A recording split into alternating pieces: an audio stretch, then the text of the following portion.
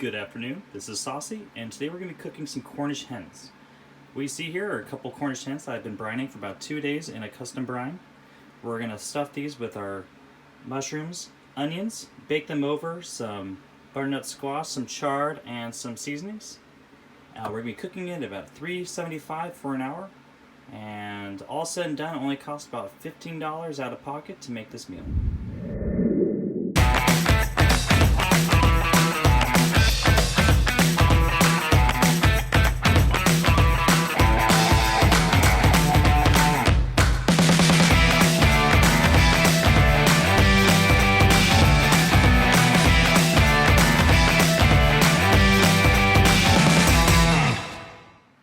Alright, so we got our hens all finished up. We got them stuffed and tied off with a little butcher string.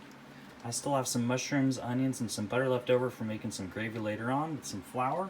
Chard's still waiting patiently in the back. And these bad boys are ready to go into an oven at how much? 375 for an hour. Alright, let's get these bad boys cooking.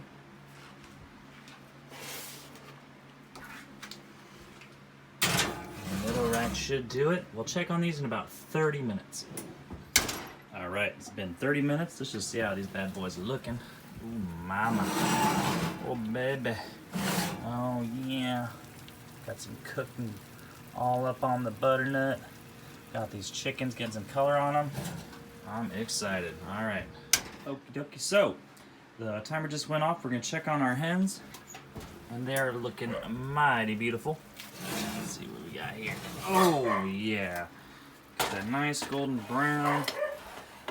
Butternut squashes are nice cooked. Layla girl, hey.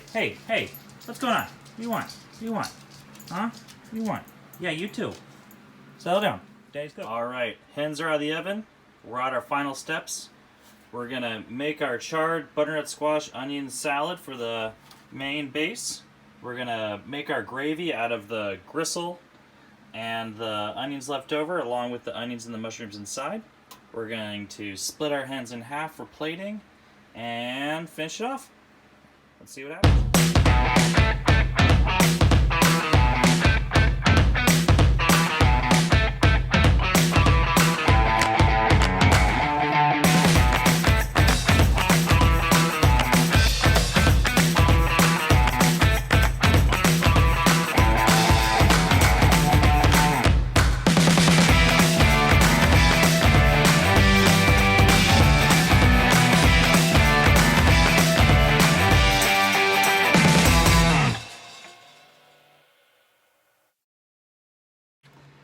Alright, so we're finishing up.